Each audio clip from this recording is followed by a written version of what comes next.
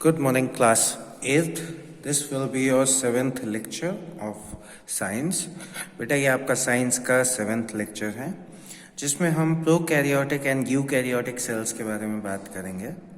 ठीक है, तो प्रोकैरियोटिक सेल्स क्या होते हैं? Prokaryotic cells are very small cells and have a simple structure. ठीक है, तो प्रोकैरियोटिक क्या होते हैं? स्मॉल सेल्स हैं और इनका स्ट्रक्चर बहुत सिंपल है. ठीक है, eukaryotic cells are typically 10 times larger than the prokaryotic cells and are more complex.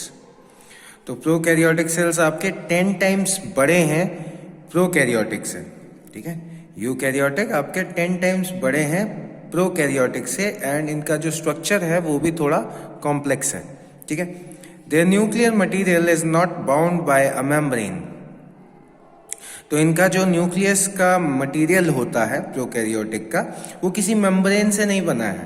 ठीक है, जैसे हमारा न्यूक्लियस के लिए आपका न्यूक्लियर मेम्ब्रेन होता है, हम अभी पढ़ के आए थे, बट यहाँ पे प्रोकैरियोटिक सेल्स में न्यूक्लियर मटेरियल के लिए कोई मेम्ब्रेन नहीं है.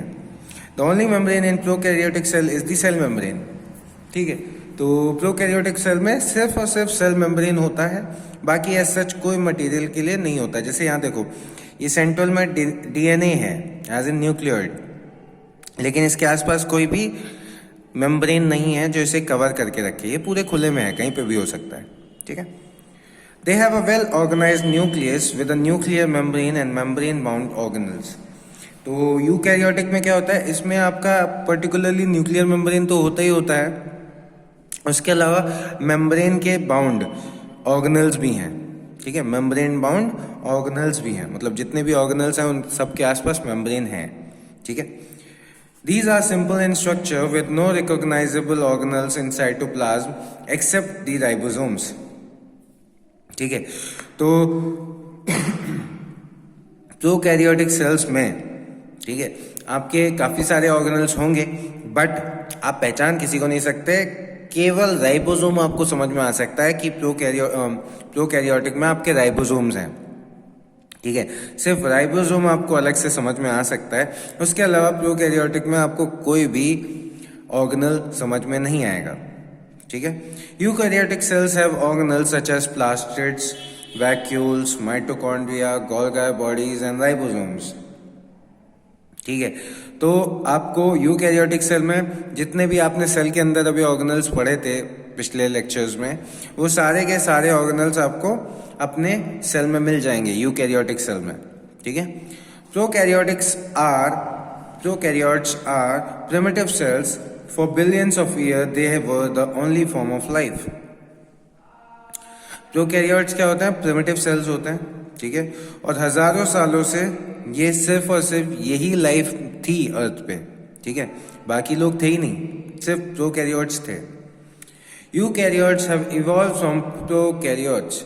यूकैरियोट्स जो हैं ये इवॉल्व हुए हैं, मतलब ये बन गए हैं बाद में प्रोकैरियोट्स से. ठीक है, all bacteria and cyanobacteria, blue green algae are prokaryotic organism. तो जितने भी बैक्टीरियाज हैं ये सब के सब क्या होते हैं? प्रोकैरियोट्स होते हैं. ठीक है, सब के सब प्रोकैरियोटिक ऑर्गेनिजम्स हैं. Animals, plants and fungi are eukaryotic organisms. और उसके बाद जो एनिमल्स हैं या फिर प्लांट्स हैं या फिर फंगाई है, ये सब के सब क्या है? ये यूकैरियोटिक ऑर्गेनिजम्स हैं. ठीक है, फिर आ जाता है आपका cell division. A cell is small when it is formed. ठीक है, तो जब आपका कोई सेल बनता है तो वो बहुत स्मॉल होता है, but it gradually grows in size by receiving nutrients from the food we eat. फिर जो हम खाना खाते हैं उससे वो न्यूट्रिएंट्स गेन कर करके उसका साइज बड़ा हो जाता है. After the cell matures it stops increasing in size and divides to form 2 new cells called daughter cells. तो जब आपका सेल अपनी फुल ग्रोथ पे पहुंच जाता है उसके बाद वो साइज इंक्रीज करना बंद कर देता है. ठीक है, साइज इंक्रीज करना बंद कर देता है, बल्कि क्या करता है वो 2 डॉटर सेल्स में डिवाइड हो जाता है. ठीक है, मतलब वो डिवाइड हो जाता है 2 डॉटर सेल्स में। This process is called cell division. इसी को हम क्या बोलते हैं? सेल डिवीजन बोलते हैं। तो जब सेल छोटा होता है फिर वो हमसे हमारी बॉडी से न्यूट्रिएंट्स गेन करता है, न्यूट्रिएंट्स गेन करके वो ग्रोथ करता है, मतलब बड़ा हो जाता है। फिर जब उसकी प्रॉपर ग्रोथ हो जाती है उसके बाद वो ग्रोथ करना बंद कर देता है, मतलब उसके बाद वो साइज बढ़ाना बंद कर देता है, ठीक है। फिर वो क्या करता है? फिर वो डिवाइड हो जाता है, ठीक है। इसी को हम क्या बोलते हैं? सेल डिवीजन बोलते हैं। The process of repair and healing of wounds occur mainly due to the replacement of old cells by the new cells, ठीक है। तो प्रोसेस हीलिंग का या रिपेयर का कैसे स्टार्ट होता है? जब हम पुराने सेल्स को, मतलब हम नहीं, जो पुराने सेल्स होते हैं वो या तो रिपेयर हो जाते हैं या वो रिप्लेस हो जाते हैं, ठीक है। तो ये चीज है, हीलिंग कैसे होती है? आपके जो पुराने सेल्स थे वो रिप्लेस हो जाते हैं, या फिर आपका कोई भी रिपेयरिंग कैसे होती है? वो आपके पुराने सेल्स थे वो रिप्लेस हो जाते हैं। In a body millions of dead skin cells flake off each second and keep getting replaced by new cells. तो हमारी बॉडी में जो स्किन है, स्किन में बहुत सारे सेल्स हैं, बट ऑब्वियस अभी ये सेल आपका एक माइक्रो समथिंग है, मतलब आप उसको माइक्रोस्कोप से देख सकते हो, ठीक है। अब उस सेल से कितने सारे सेल जुड़ के हमारी स्किन बनाते होंगे, ठीक है। अब हमारी स्किन से लगातार मिलियंस ऑफ सेल विदर ऑफ करते जाते हैं, विदर ऑफ एज इन झड़ते जाते हैं, ठीक है। विद टाइम दिन भर वो झड़ते रहते हैं और उनकी जगह नए नए सेल्स आते जाते हैं, ठीक है। तो ये था आपका सेल डिवीजन। इसके बाद cell division starts with the division of nuclear material. Once the nucleus divides, the cell membrane also divides, forming 2 new daughter cells. तो सेल डिवीजन स्टार्ट कहाँ से होता है? सेल डिवीजन स्टार्ट होता है न्यूक्लियर डिवीजन से।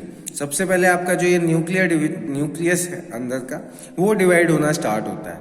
जब वो डिवाइड हो जाता है उसके बाद आपका सेल डिवाइड हो जाता है, ठीक है, और उसको 2 डॉटर सेल्स बना लेता है, ठीक है।